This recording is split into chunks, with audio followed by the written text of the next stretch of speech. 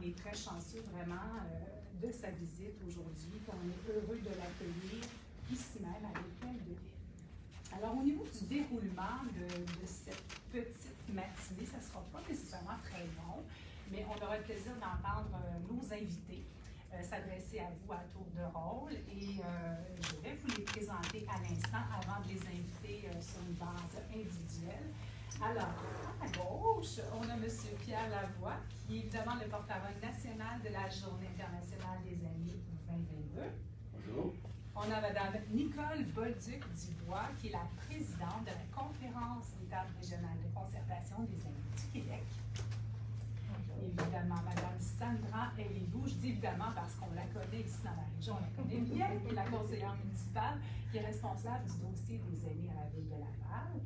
Et au bout, je sais qu'elle ne voulait pas qu'on la présente, mais je vais la présenter quand même parce que c'est une personne importante. C'est Audrey Bourassa, qui est l'agente de développement de la Conférence des tables régionales de concertation des aînés du Québec, qui est vraiment là, très, très impliquée au niveau de l'organisation de cette journée-là, mais au niveau de la conférence également. Alors, écoutez, on a de belles choses à vous présenter aujourd'hui. Il y aura un petit dévoilement au cours de la matinée. Mais on avait vraiment envie, dans un premier temps aussi, de remercier chaleureusement la Ville de Laval pour cette belle invitation. Et la personne qui va s'adresser à nous, bien, elle a toujours des étoiles dans les yeux, honnêtement, quand on lui parle des aînés.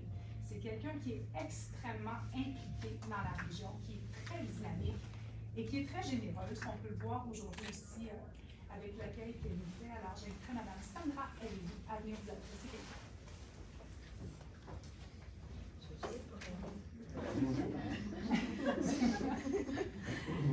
Alors, pour commencer, Carole, merci de l'introduction très appréciée.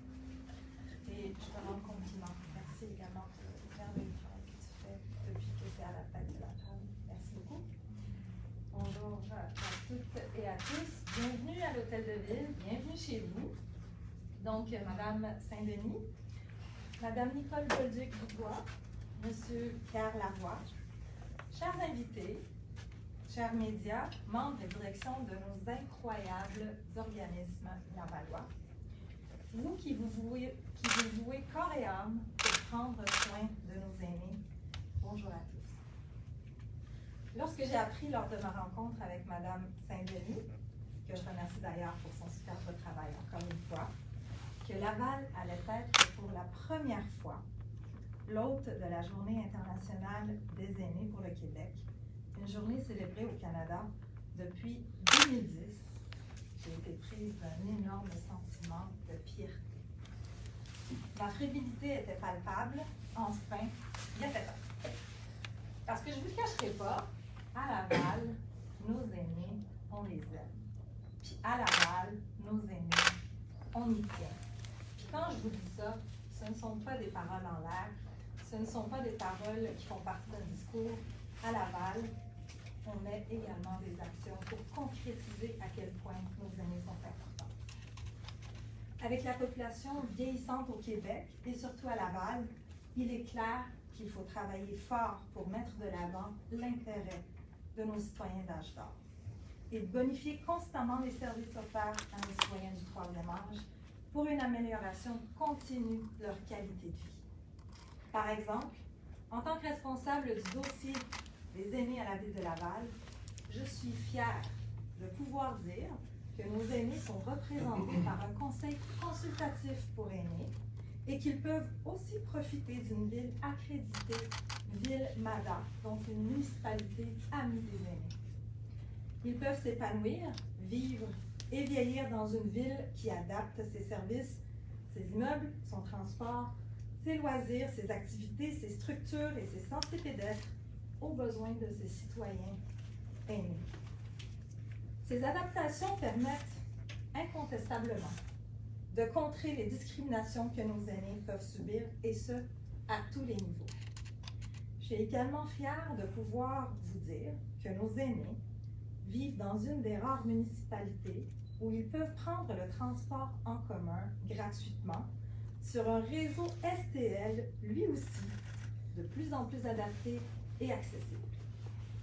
Ce service gratuit, essentiel et important permet à nos aînés non seulement de sortir de l'isolement, d'avoir accès aux services essentiels et de socialiser, mais aussi et surtout de pouvoir également se rendre à divers services offerts par vous. Nos organismes, nos partenaires, sans qui rien de tout ce qu'on fait en tant que ville ne pourrait avoir lieu et ne serait possible. Et aujourd'hui, puisque j'ai la chance inouïe de vous avoir réunis pour ce superbe événement, j'en profite pour vous dire merci. Merci pour votre engagement inconditionnel envers nos aînés. Merci pour les nombreuses heures de bénévolat cachées et inédites. Et merci d'avoir gardé le phare, on dit d'habitude dans la tempête. Moi, je vais dire plutôt durant la pandémie qui a été désastreuse pour nos aînés, on le sait tous. J'en profite pour vous dire que c'est un immense privilège de vous côtoyer sur le terrain. Vous êtes sans équivoque de grands complices avec qui nous posons à tous les jours des actions concrètes et de cœur afin de toujours en faire plus pour aider les plus vulnérables de notre société lavalloise. Ceux qui me connaissent savent à quel point le dossier des aînés m'est cher et à quel point il me tient à cœur. Et ces 2 dernières années, la Semaine des aînés m'avait sincèrement et énormément manqué. Aller dans des résidences, venir à votre rencontre, aller au salon des aînés, jaser dans des salles à manger, j'avais vraiment hâte. Alors, je vais laisser les détails de la programmation à Mme Bolduc ainsi qu'à Mme Saint-Denis, mais je vous assure que c'est un retour en grand pour la Ville de Laval. Et finalement, j'aimerais prendre le temps d'accueillir et de remercier chaleureusement notre invité d'honneur, M. Pierre Lavoie. Merci d'être venu à Laval. Merci d'être avec nous aujourd'hui. On sait que vous avez un emploi du temps et un agenda extrêmement chargé. On s'est arrangé pour que vous soyez là et merci d'avoir fait l'effort. Et à l'occasion, en tant que porte-parole de la Journée internationale des aînés du Québec, votre implication à promouvoir la santé à tous les âges est extrêmement exemplaire. J'ai aucun doute que Laval vous plaira. Un problème est survenu. Et bon dévoilement.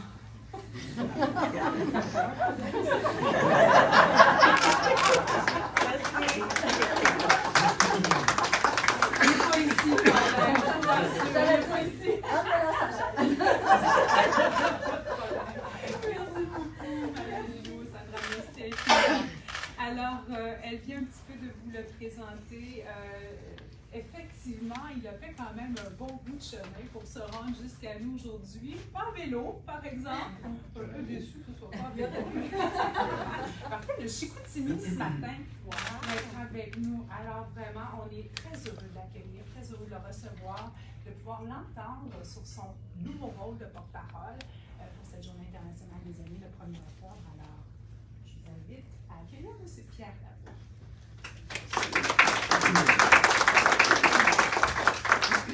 Ben d'abord, merci. Merci. Excusez un petit chat dans la gorge. Une petite émotion. Oui, c'est ça. Donc, je suis très content, sincèrement. Ce rôle de porte-parole, on y réfléchit quand on l'offre, à savoir est-ce que c'est une bonne chose, est-ce qu'on est rendu là? C'est la première question qu'on doit se poser. Et oui, bientôt, quand je regarde les statistiques en 2031, soit 25% de la population aura 65 ans et plus. Et j'en ferai partie, parce que j'aurai 59 ans le 17 décembre, donc je suis carrément dans ce groupe. Et je me préoccupe, bien entendu, de cette génération qui sont devant nous, qui ont bâti le Québec, bien entendu. Puis quand on recule dans le temps, il y a eu des moments charnières, 1960, où le Québec a débuté la Révolution tranquille, où il y a des gouvernements avec des ministres, M. Lajoie, M. Rocher, qui ont fait en sorte qu'on a instruit les Québécois. On a construit 454 écoles au Québec. Donc, ce sont des Québécois qui les ont construites. Et ce sont des Québécois qui ont construit d'autres Québécois. Aujourd'hui, on a créé les meilleurs ingénieurs au monde en génie électrique, aéronautique et intelligence artificielle. On a créé les meilleurs médecins au monde après les Américains. On a même pu se permettre de construire le C-Series, qui est devenu le Airbus 220, qui est considéré par tous les pilotes de ligne sur la planète comme le meilleur appareil commercial qui vole sur la planète. Donc, ce n'est pas les Français à Toulouse qui l'ont construit, ni les Américains à Seattle, c'est les Québécois. Donc, qu'est-ce qui s'est produit? Ceci a été évolué par l'implication d'une génération qui allait construire en fonction des prochaines générations. Aujourd'hui, on en profite. Et ceux derrière moi en profitent aussi. Et vu qu'on vient faire un grand temps d'arrêt mondial et qu'on doit rebâtir nos systèmes, on a le devoir de construire dans la durabilité et de faire la même réflexion qu'on a fait à l'époque, en 1960. Qu'est-ce qui est bon pour les 50 ou 60 prochaines années, pour les prochaines générations, sans oublier ceux qui, présentement, ont atteint un certain âge, qui ont fait en sorte que le Québec a évolué, et qui sont encore présents parmi nous. Donc, merci de votre sensibilité envers les aînés, les personnes âgées. La bonne nouvelle, c'est qu'on a beaucoup augmenté l'espérance de vie depuis 1960. On a même augmenté d'une vingtaine d'années. Maintenant, l'espérance de vie du Québec est une des plus élevées au monde, 83 ans. On a perdu 6 mois dans le COVID et on l'a retrouvé en 2021, cette fameuse espérance de vie qui était quand même assez précieuse, 83 ans. Les Américains, eux, continuent de chuter, qui avaient une espérance de vie de 81 ans, on avait chuté avant le COVID à 78. Dans le COVID, ils ont perdu 1 an et demi, ils ne l'ont pas retrouvé. Et on a su la semaine passée qu'ils ont continué de chuter à 76,1 et on prédit qu'ils atteindraient 74 en espérance de vie d'ici les 4 prochaines années. Donc, si vous êtes un Américain, dans 4 ans, votre espérance de vie est de 74 ans. Si vous êtes un Québécois, ben, c'est 83 ans. C'est ça l'évolution d'une société. On a tous travaillé collectivement. Beaucoup de gens sont impliqués bénévolement et aussi humainement. Et la société est forte maintenant. Mais le gros avantage, c'est qu'on maintenant on peut vivre vieux et en santé. Par contre, il faut mettre les chances de votre côté. Donc, un des problèmes que je trouve, et là c'est un message que je lance à tous les aînés, il ne faut pas prendre notre retraite trop tôt. On a hâte de prendre notre retraite, peut-être parce qu'on n'aime pas notre travail. T'sais.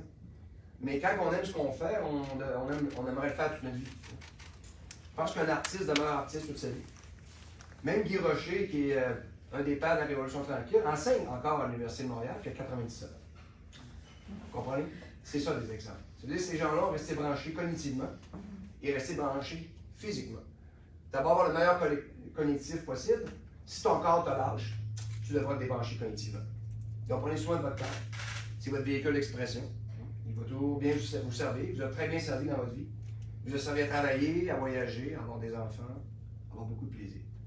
Mais vous devez vous en occuper. C'est votre responsabilité. Donc aujourd'hui, on travaille en fonction des prochaines générations pour créer des modèles qui, finalement, corrigeront les problèmes qu'on voit aujourd'hui. Le coût de la santé au Québec, vous le savez, on se dirige totalement vers un mur. C'est 60 milliards cette année. C'était 51 milliards 200 millions l'an passé. C'était 44 milliards 500 millions il y a 2 ans. Et il y a 3 ans, c'était en 2019, c'était 39 milliards. On est passé de 39 à 60, on passera de 60 à 90 et de 90 à 120 dans les 10 prochaines années. Et quel est le budget du gouvernement au complet? C'est 120 milliards par année. Donc le budget va passer au complet en santé. Et vous savez qu'on ne pourra pas le faire. On devra faire la discrimination et on devra le scinder en deux. Et ce n'est pas ce qu'on avait prévu. On avait un système de santé universel pour tous. Donc la seule façon de le préserver, c'est d'y intégrer la prévention. Et la prévention, c'est nous, d'abord, qui le contrôle. C'est notre corps, on l'habite, il nous sert. Donc, les personnes âgées, vous savez, il y a des études qui démontrent que quand on se débranche cognitivement, après une dizaine d'années, vous êtes infonctionnel, cognitivement. Donc, ne jamais se débrancher. Votre cerveau est fait pour travailler, pour se creuser la tête et résoudre des problèmes. Donc, ça veut dire que tout le modèle qu'on avait prévu, bien entendu, les gens décédaient autour de 65 ans. Mais c'est plus ça maintenant, c'est 83. Donc, une grande marge de manœuvre. Je dis aux gens, allez-y, il y a plein de travailleurs. On manque de travailleurs au Québec. Réengagez-vous. Une journée, 2 jours, 3 jours semaine. Vous avez l'expérience, vous avez la vitalité. Puis je dirais aux Québécois, quand ils vous rencontrent, vous dire un beau bonjour. Et ce bonjour, il est en même temps une reconnaissance pour tout ce que vous avez construit, qui fait qu'on est confortable aujourd'hui. Et tout ça est en péril, on doit tous travailler collectivement à le préserver. Donc, c'est pour toutes ces raisons que j'ai accepté cette présidence d'honneur de cette journée. Merci à Laval de lancer le bail. Les autres régions, bien entendu, les régions aussi ont tous leur table. Il y a 17 régions au Québec, donc il y a 18 tables.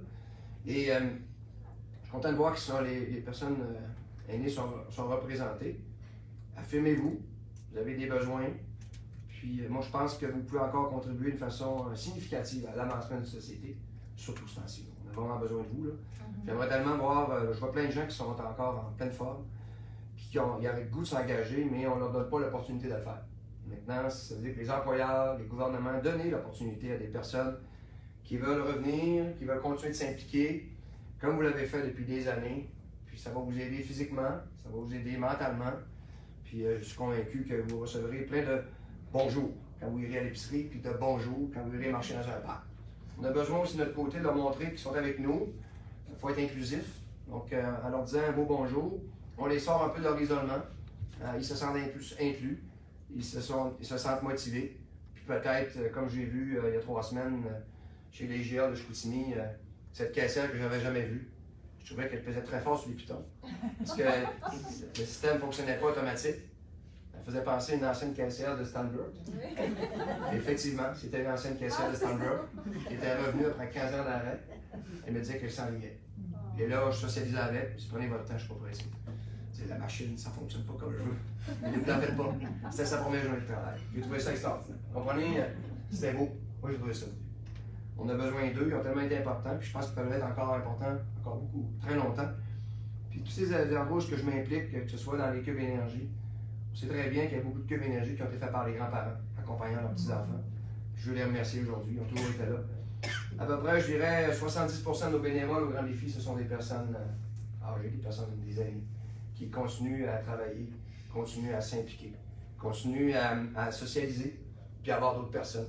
Je les remercie parce que être bénévole au Grand Défi, c'est pas évident. C'est 4 jours à se déplacer au Québec, à revenir chez eux après 4 jours. Ça leur prend au moins 2 jours récupérer après. Donc, c'est du beau bénévolat. Puis ils sont là, ils lèvent la main. À chaque année, je vous dis, ils ne reviendront pas, c'est certain. Ils sont toujours là à chaque année, ils sont volontaires. Ils veulent rencontrer des gens, puis ça, c'est très important pour moi. Donc, j'ai un conseil à donner à toutes les personnes âgées. Vous savez ce qui motive une personne à bouger au quotidien? Parce que des fois, vous n'êtes peut-être pas motivé à aller marcher, mais vous n'êtes peut-être pas motivé à aller à la piscine ou peu importe. Les Scandinaves ont fait des grandes recherches pour découvrir que les 2 éléments les plus puissants pour la motivation d'un humain, d'un enfant, d'un adolescent ou d'une personne âgée, c'est le plaisir et les amis. Donc, si vous avez du plaisir dans ce que vous faites et vous êtes accompagné d'amis, vous voudrez répéter toujours, toute votre vie. Donc, c'est une belle façon de rester actif. Impliquez-vous. On manque de bénévoles au Québec. Le COVID a frappé très fort. C'est très difficile maintenant de les mobiliser. On en a perdu plusieurs d'ailleurs qui sont décédés durant la COVID. Là maintenant, les autres qui restent, on a encore plus besoin de vous. Mais je vous demande une chose, c'est qu'entraîner vos jeunes, on ne les a pas habitués à être bénévoles et ça, c'est une richesse incroyable au Québec qu'on est en train de perdre.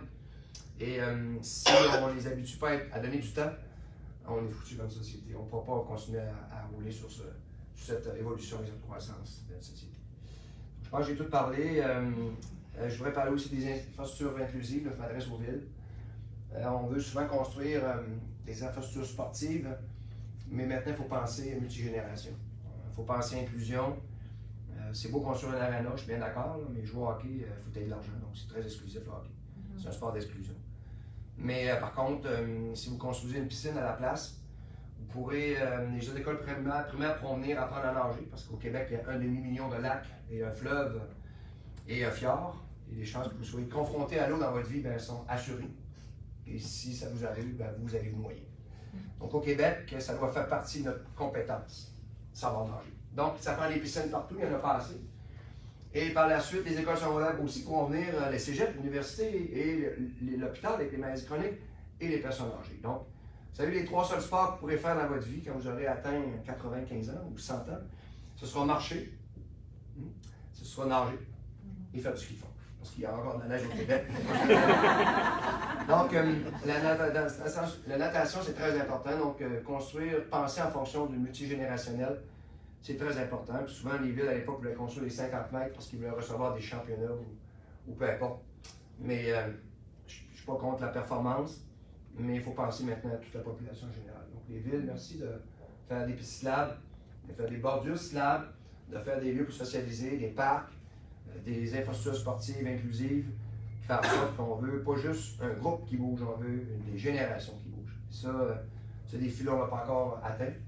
Puis le COVID aussi, encore une fois, nous a vraiment affecté de ce côté-là. J'invite tout le monde aussi le 1er octobre, vu que je suis un hyperactif, que moi je ne prendrai jamais ma retraite, en passant, vous avez compris, là, je vais travailler sur ma vie. Donc, je serai dans le nord du Québec, à Montcalm, à la chasse, mais à la chasse. Je j'ai commencé la chasse l'année passée, puis je peux vous dire, je ne suis pas certain si je vais tirer, là, parce que j'ai tous mes animaux. Mais je vais pour relaxer, puis je serai là-bas avec Starlink, heureusement, qui a un signal. Je remercie Elon Musk. Là. Je pourrais faire ma présentation directement de mon cœur à 500 km en haut du lac Saint-Jean, pour vous dire un petit coucou, pour vous dire que c'est important de rester actif physiquement et surtout cognitivement. Donc, je termine là-dessus. Je sais qu'il y aura des activités ici à Laval, merci. Puis dans les régions, maintenant, Laval est dans vos cours, hein, parce qu'après, c'est beau de faire un lancement provincial. Maintenant, les régions, j'espère qu'à la fin, on pourra décerner quelle aurait été la région la plus dynamique hein, et la plus active. Pas mal convaincu que Saguenay-Lac-Saint-Jean, habituellement, on est correct. Je pense que la présidente.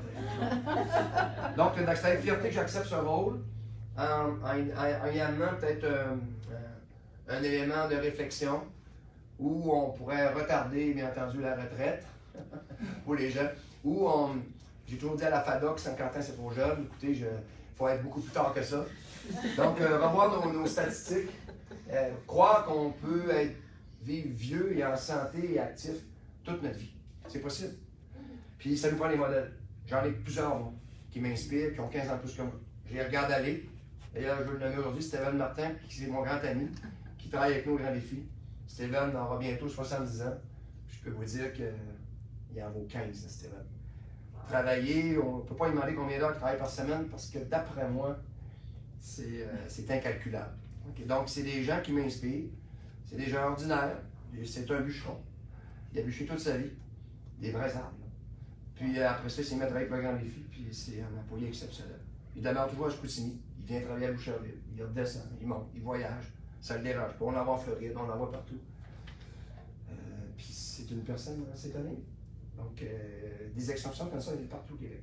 Ils doivent nous servir de modèle puis d'inspiration pour amener notre société le plus loin possible. Puis je termine en disant aux autres qui sont plus jeunes, ben, respectez nos aînés. C'est le bonjour quand vous les rencontrez. Sortez-les de l'isolement. Merci.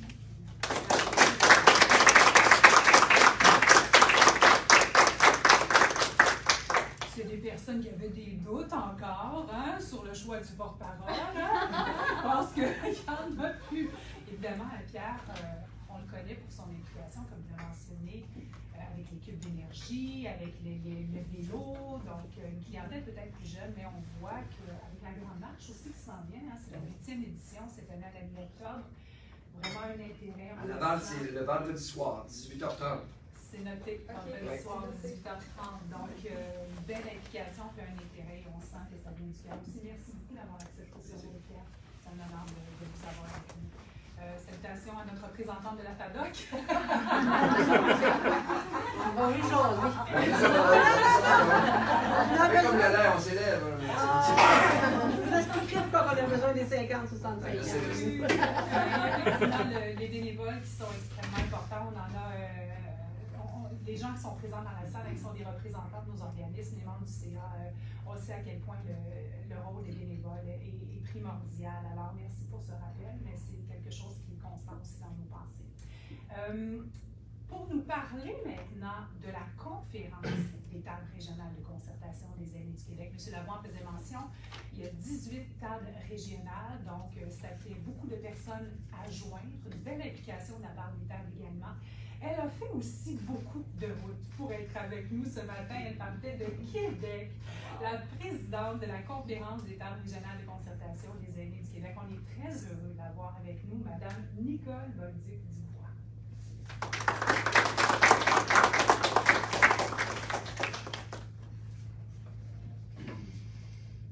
Bonjour tout le monde, Mme Sandra Hinoux, M. Lavoie. Les membres de la table régionale de Laval se sont beaucoup impliqués. Bonjour aussi aux invités. C'est avec un vif plaisir que je me retrouve aujourd'hui avec vous pour parler de la Journée internationale des aînés de 2022. Je parle d'un vif plaisir car nous prenons un moment, un temps d'arrêt pour reconnaître et célébrer l'importance des aînés dans notre communauté. Pourquoi aller célébrer nos aînés? Pourquoi prendre ce temps d'arrêt? J'aimerais vous dire que pour moi, qui visite et qui est en contact avec l'ensemble des aînés du Québec, de par mon mandat de président de la conférence des tables, je suis témoin de tous les efforts qu'ils font pour faire de notre société un endroit encore meilleur, plus accueillant, plus inclusif, afin d'assurer le mieux-être de nos concitoyens. Ça, c'est votre vœu, M. Lavoie. Je pense qu'on le fait. Avec eux pour eux, le slogan de cette journée internationale des aînés témoigne justement en ce sens de la valeur de nos aînés. On veut surtout mettre en évidence que les aînés ne sont pas un groupe à part dans notre société, mais une force vive qui fait de nos communautés des endroits encore plus prospères et plus agréables, autant par leur implication bénévole des aînés que par leur participation financière et économique à la vie de nos quartiers, de nos villes, autant par leur engagement à la vie culturelle et sociale qui encourage la diversité et la vivacité de nos milieux. C'est important de prendre du temps d'arrêt avec eux pour eux.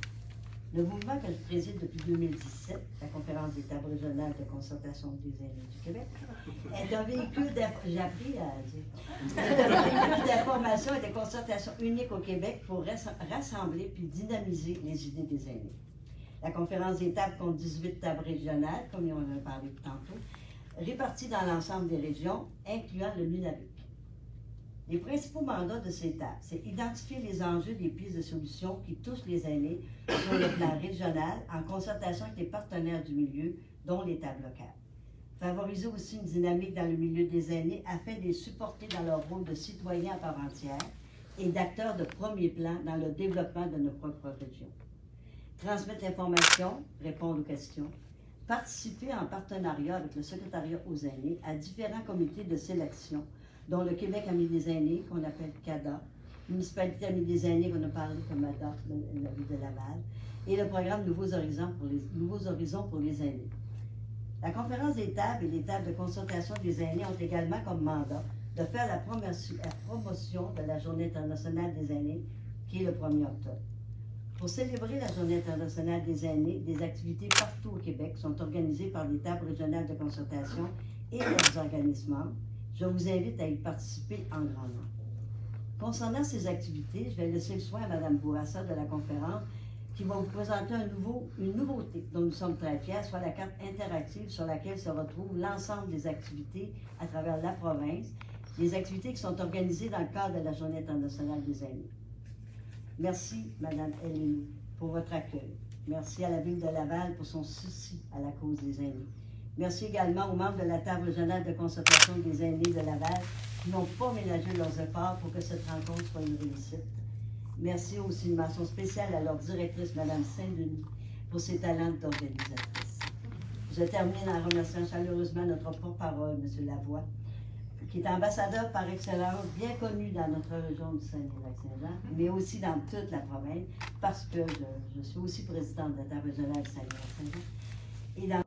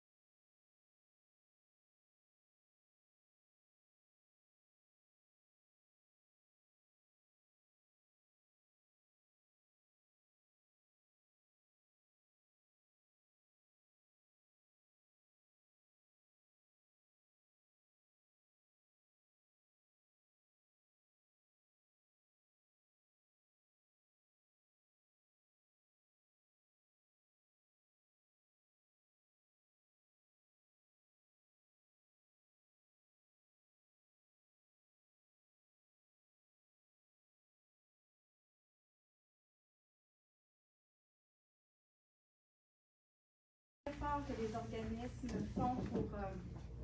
Ah, on a quelqu'un, on a invité. Alors, on voulait mettre en lumière, c'est ça, ce que les organismes font. Alors, on a pensé faire une carte interactive. Alors, pour aller sur la carte interactive, en fait, je vous invite à aller sur le site Internet de la conférence. Donc, je vais le faire avec vous. www.conférencedeltable, le champ majuscule, mais ça fonctionne pareil. .org. Alors, vous voyez, on tombe sur le site Internet de la conférence des tables. Ensuite, on va aller sur la programmation de la GIA dans l'onglet. Et vous allez voir, alors il y a deux modes de recherche pour aller voir les activités qui sont organisées dans toutes les régions. Alors, vous avez soit le code postal ou bien une liste, en fait, de l'ensemble des régions. Si on y va par le code postal,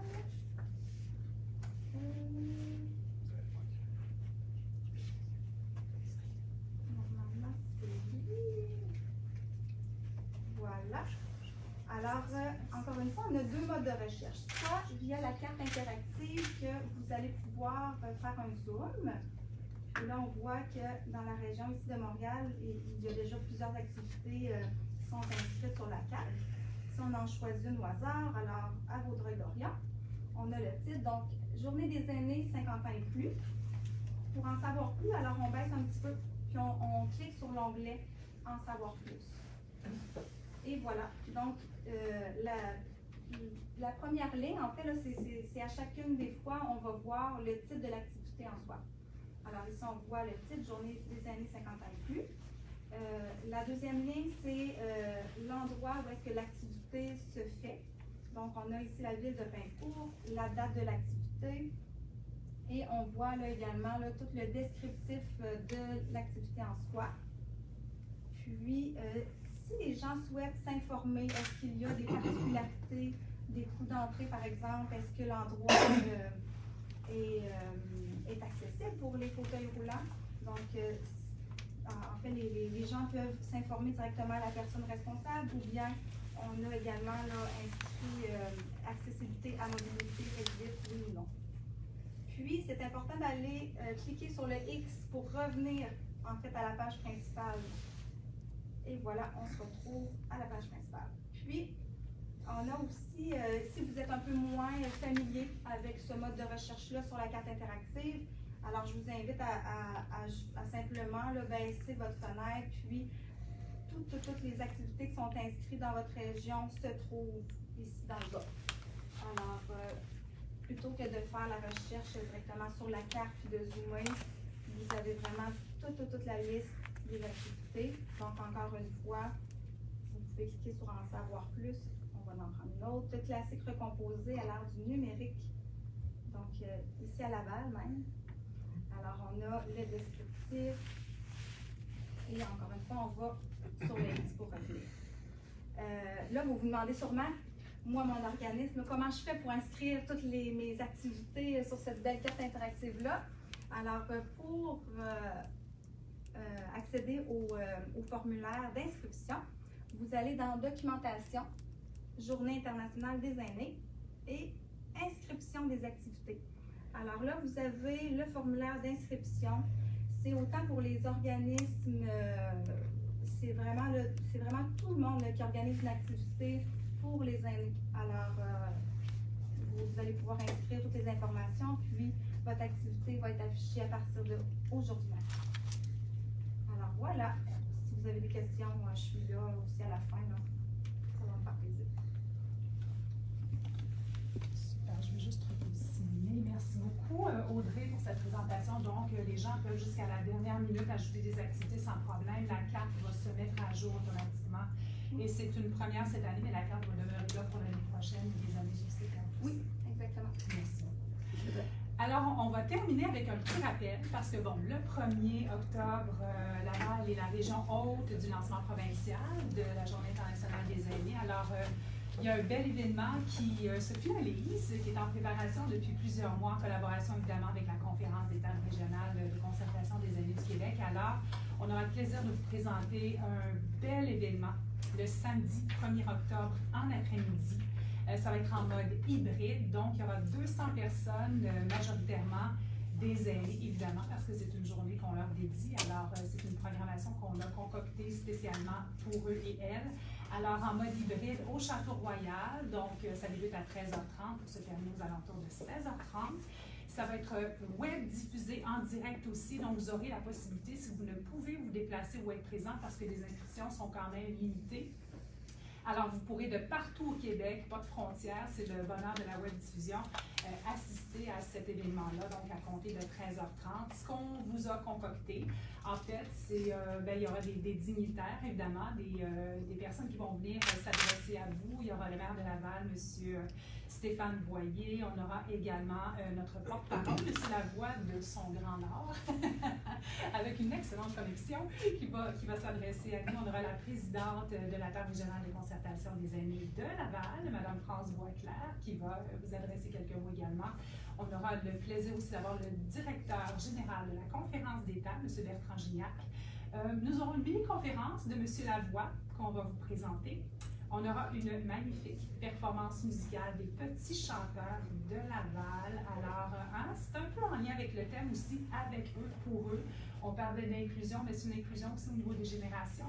Alors, je pense qu'ils vont vous préparer un répertoire spécialement adapté. Donc, on devra avoir des bons frissons. Et je vous recommande peut-être, si vous êtes sur place, d'avoir des mouchoirs pas trop loin à côté. C'est toujours utile dans les moments d'émotion. Et on aura aussi Mme Danielle Henkel. Est-ce qu'on a besoin de présenter Mme Henkel? C'est un peu comme M. Lavoie. Elle est connue comme femme d'affaires, évidemment, mais comme, je dirais, moi, je la décris beaucoup comme une femme de cœur, très impliquée, avec une grande passion et un grand intérêt pour les personnes aînées. Donc, on a très hâte de la recevoir. Elle sera avec nous au Château Royal. Et on a aussi des petites surprises. Alors, on ne vous dévoile pas tout dans l'intégralité, mais ce que je peux vous dire, c'est que vous ne regretterez pas ni votre déplacement si vous êtes présent, ni d'assister en direct à cette présentation, donc une présentation intégrale. Pour avoir des places, donc, on a un formulaire d'inscription qui est disponible via la page Facebook de la table régionale de concertation des aînés de Laval. Évidemment, quand notre nombre maximal va être atteint, on va fermer ce formulaire-là, mais je peux vous dire, il y a encore des places disponibles pour être présent avec nous. Et si vous voulez assister en direct à la web diffusion, c'est un autre lien qui va vous donner accès à cette web diffusion, à cet événement-là en direct, qui va être aussi publié via la page de la conférence ou encore via la page de la table de Laval, mais aussi par les autres tables régionales partout au Québec. Donc, vous aurez accès à ce lien d'inscription-là également. Alors, une belle programmation pour vous. Ne me reste qu'à vous remercier, à remercier Mme Sandra Helou encore une fois pour son accueil, pour sa générosité, pour son implication. Mme Nicole Bolduc-Dubois, merci beaucoup de vous être déplacée. Puis, parlant de personnes actives, vous êtes extrêmement représentatives et vous représentez bien les aînés. Merci beaucoup de votre présence. Monsieur Pierre Lavoie, c'est un honneur de vous avoir comme porte-parole. Merci d'avoir pris le temps de vous joindre à nous. C'est très apprécié. Merci aux membres du conseil d'administration de la table qui sont là en grand nombre ce matin et à nos représentants d'organismes délégués, organismes membres. Mme Bourassa de la conférence des tables et à vous tous d'avoir été présents via nos pages Facebook respectives. Alors, bonne journée, merci, puis on se revoit le 1er octobre. Bravo.